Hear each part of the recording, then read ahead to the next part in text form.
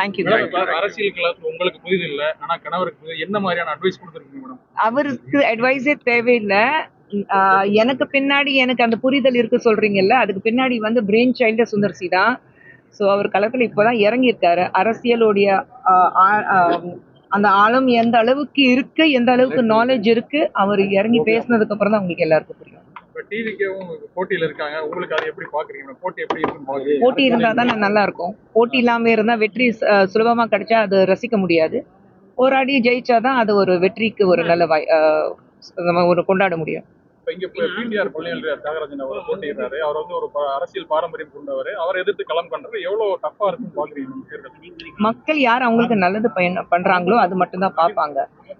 அந்த காலம் போயிடுச்சு. நீங்க வந்து வெறும் குடும்ப அரசியல் மட்டும் பார்த்துட்டு, ஒரு பாரம்பரிய அரசியல் இருக்கு அது மட்டும் பார்த்துட்டு மக்கள் வாக்களிக்கிறது இல்லை. யாரும் அவங்களுக்கு நல்லது பண்ணுவாங்க, அது நம்பிக்கையோட தான் வாக்களிக்கிறாங்க. அண்ணாமலை தேர்தலில் போட்டியிடல, அதை குறித்து உங்களோட பார்வை எப்படி? ஆனா போட்டியிடும் எல்லாரும் எதிர்பார்த்தாங்க, வரும்னு நினைச்சாங்க, ஆனா வரல. அதுக்கு நான் ஒன்றும் சொல்ல முடியாதுங்க. மேலிடத்துல எடுத்த முடிவு அவங்க தான் பதில் சொல்லணும். இந்த தேர்தல் யாருக்கு இடையில போட்டியா இருக்கு மேடம்? 4 முனை போட்டின்னு சொல்றாங்க. போட்டி வந்து நீங்க ஆக்சுவலி மக்கள் மத்தியிலே எல்லா இடத்துலயும் போகும்போது மக்கள் மத்தியில போட்டி வந்து தேசிய ஜனநாயக கூட்டணி அண்ட் திமுக, அவ்வளவுதான். விஜயோட ஃபேக்டர் எப்படி இருக்கு மேடம்? வந்திருக்காரு, தம்பிக்கு வாழ்த்துக்கள் சொல்லியிருக்கேன். களம் இப்பதான் இறங்கியிருக்காரு.